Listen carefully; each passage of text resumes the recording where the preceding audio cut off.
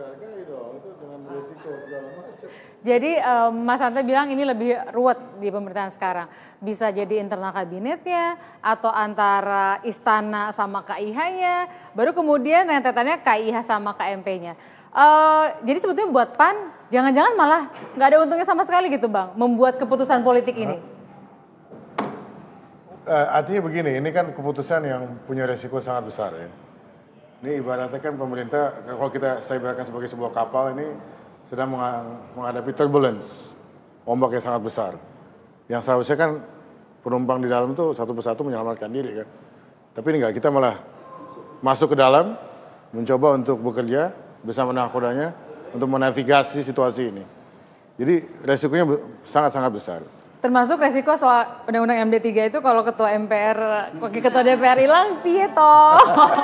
Gimana tuh? Nah, kalau direvisi ya kita pastikan tidak akan hilang, gitu dong Tina. Oh, oke. Iya, makanya ini juga Bang Effendi, kayaknya malah lebih diehard PAN yang baru masuk KIH dibanding Bang Effendi belain presiden. Biasa, itu kan namanya teman baru itu kan biasanya lebih atraktif ya. Padahal sih kita lihat nanti juga kan siapa belangnya kan kelihatan juga. Yang pertama kita ingin tahu ini apakah penawaran dari Pak Jokowi atau permintaan dari si Jul. Itu dulu yang penting. Karena Rizal Ramli aja ditawari oleh Pak Jokowi. Malah kalau dari ceritanya kan dia nggak mau, akhirnya dia bilang ini bangsa Indonesia yang meminta Pak Rizal. Nah ini saya nggak tahu. Ini ujuk-ujuk apakah deklarasi sendiri begitu? Iya kan? Sama-sama dong. Sama-sama. Sama-sama dong ngasih statement di istana. Bukan, tapi boleh aja berdirinya sama, tapi mulanya kan ujuk-ujuk. Itu kan yang penting kan proses, itu kan pasti ada proses. Secara mutual gimana? Nggak bisa mutual. Nggak mungkin one sided dong, gimana? Artinya yang kepengen PAN-nya atau ya, pokoknya kan itu kan mutual. Nggak mungkin hanya salah satu kepengen kemudian satu tidak kepengen. Mana mungkin kemudian bertemu gimana? Ya, yang pertama kali ini satu koalisi loh. Enggak, kita ingin clear aja. PAN masuk, Jokowi menguat nggak? Kalau lihat dari sini nggak menguat. Atau belum? Justru karena belum tentu menguat. Belum tentu Ya, menguat. bisa Bisa jadi jadi kontraproduktif. Bukan, saya maksud PD gini. Perjuangan. Masalah mayoritas PD Perjuangan kan begitu. Ya, siapa sih yang merepresentasikan? Itu dia. Ya kan buktinya PAN aja ketua umum beda, ketua dewan kehormatan beda. Tapi ini kita faktanya, kita hanya bertanya. Ini mulai dari penawaran atau menawari. Itu dulu dari situ kita tahu kok menarik ke belakangnya. Kita ngerti menyimpulkannya. Ya penting dong uang poinnya. Sama-sama berdiri memberikan statement. Itu Presiden Jokowi tapi gini, mengucapkan selamat PAN kan datang. dari awal pasti sadar ya sejak masih di KMP bahwa pemerintah sama KIH ini dalam perjalanannya tuh seringkali nggak begini gitu, seringkali begini, kadang-kadang misah. Dan sehingga kalau PAN masuk pun nggak akan terlalu mulus juga. Sudah sadar betul dengan kondisi internal di KIH. Iya betul. Ya, artinya saya sangat Presiden. setuju dengan Bung Hanta katakan tadi. Memang nih sekarang ini situasi jauh lebih murky gitu, lebih ruwet dibanding pemerintah sebelumnya, jauh lebih ruwet. Ya, jadi kita nggak bisa menjelaskan secara formula politik sederhana, karena memang pengalaman 10 bulan belakangan ini menunjukkan memang tidak sesederhana itu untuk mengkarakteristikkan komposisi di DPR ini. Gitu. Jadi ada oposan yang ya, cita rasa pemerintah. Ada orang seperti Bung Effendi juga kan gitu. Ada pendukung pemerintah yang cita rasanya oposisi karena kebiasaan Enggak. oposisi. Jangan nanti seperti ini.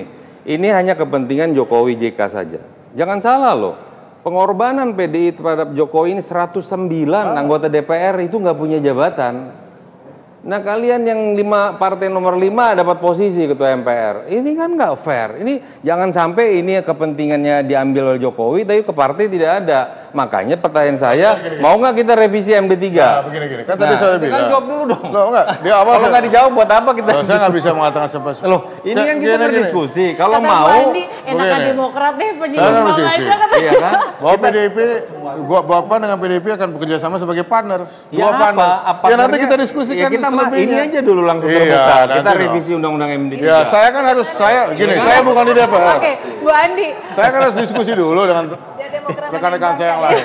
Kan begitu. Ya. Bu Andi sebagai yang pengalaman harus muncul dulu. Yang pengalaman partai pendukung niat pemerintah. kita akan bekerja Gimana sama, melihat posisi ya kan? PD Perjuangan sekarang Niat untuk dukungan bekerja ke sama. pemerintah?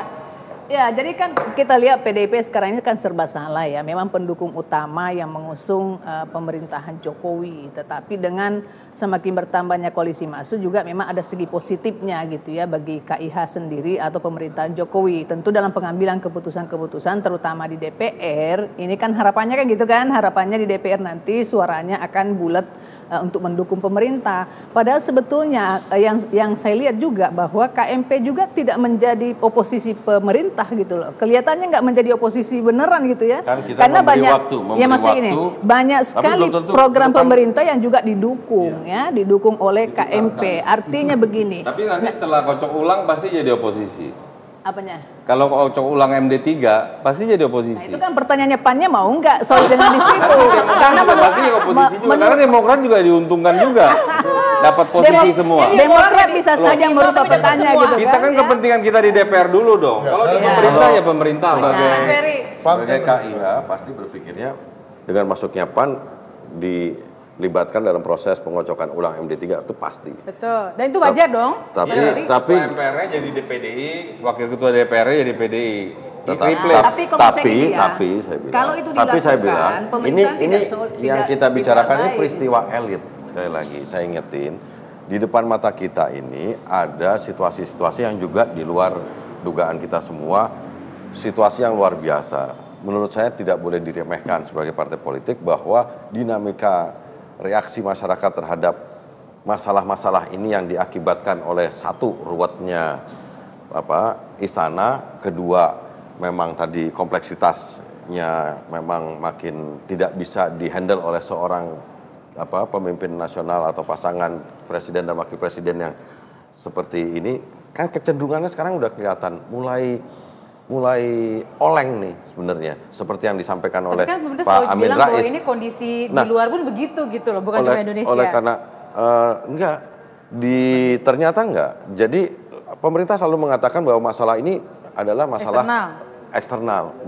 Pak Riza Ramli bilang nggak ada proses di eksternal, baik-baik aja. India, Filipina baik, mata uangnya membaik dalam situasi seperti ini. Coba ini saya minta penjelasan juga. Harga minyak dunia sekarang turun di titik yang terendah, harga BBM di dalam negeri kita nggak turun. Padahal waktu itu pemerintah bilang ini kalau harga minyak turun kita akan ikuti harga pasar. Enggak. Nah, mungkin sekarang kalau dibilang Partai Gerindra masih dirasakan dilihat mendukung, memang kita memang mendukung apa yang kita anggap baik, tetapi juga kan kita harus lihat apa yang terjadi di masyarakat. Itu pilihan kita. Saya gitu. terakhir ke Mas Hanta, apa dampak jangka menengahnya setelah PAN bergabung? Atau menurut bacaan Anda nggak akan terjadi perubahan yang signifikan kok PAN bergabung ke KIH? Ya, yang paling terlihat tadi ya ketika Bang Effendi mengatakan soal kocok ulang pimpinan MPR DPR, itu mungkin teknis bagi PAN. Justru yang teknis itu biasanya. Ini soal siapa mendapatkan apa dan berapa jumlahnya kan. Nah, ini yang paling prinsip bagi sebagian yang lain. Sehingga kalau titik itu tidak ketemu, nah itu menimbulkan ada istilahnya ada turbulensi baru lagi di internal KIH. Nanti yang ramenya bisa jadi, saya mengatakan tadi secara kuantitas mungkin bertambah karena ada 48%, tetapi secara kualitatif pendekatannya itu menimbulkan problem baru. Nanti apalagi ada reshuffle. Untuk mereplace posisi itu. Siapa tahu. Jadi truf mereka nanti di ujung-ujungnya. Siapa tahu loh, jiwa besar. Kalau buat publik apa? Nggak ada dampak Ya, apa-apa? kalau publik kan Mas begini, Hanta? kita membutuhkan stabilitas politik. Kalau politiknya stabil, kemudian pemerintahan efektif, presidensial kita efektif. Kalau pemerintahannya efektif, maka pembangunan ekonomi, stabilisasi harga, kemudian kurs dolar dan sebagainya, itu arahnya. Tapi persoalannya apakah jangan-jangan kalau tidak berhati-hati justru semakin mengencangkan turbulensi itu. Kalau itu semakin kencang, maka pilihan dua ini kan tanggung. Saya istilahkan tripolar tadi. Kalau mau bipolar seperti Pak SBY bisa, tapi kendalinya tanda petik ada di PDI Perjuangan. Harus dipenuhi aspirasi politik dan diinginkan oleh PDIP. Sekarang pun coba tanya dengan Pak Bang Effendi, pasti tidak puas. Jumlah menterinya berapa coba dibandingkan 19, PKB ada 3. Kebagian berapa? Kalau dihitung-hitung proporsional kan 6. Artinya kalau bipolar bisa semakin banyak. Lalu harus PDIP harus banyak betul. Dan tidak relevan lagi bicara Demokrat sebagai penyeimbang. Penyeimbang apa? Kalau sudah 60% di dalam pemerintahan. Nah sekarang dengan posisi gini, Demokrat masih relevan dia sebagai penyeimbang. Memainkan, akhirnya kan menang, dapat di DPR dapat juga, di MPR dapat juga duduk manis nanti gitu. dulu, Pak. Ini udah habis waktunya.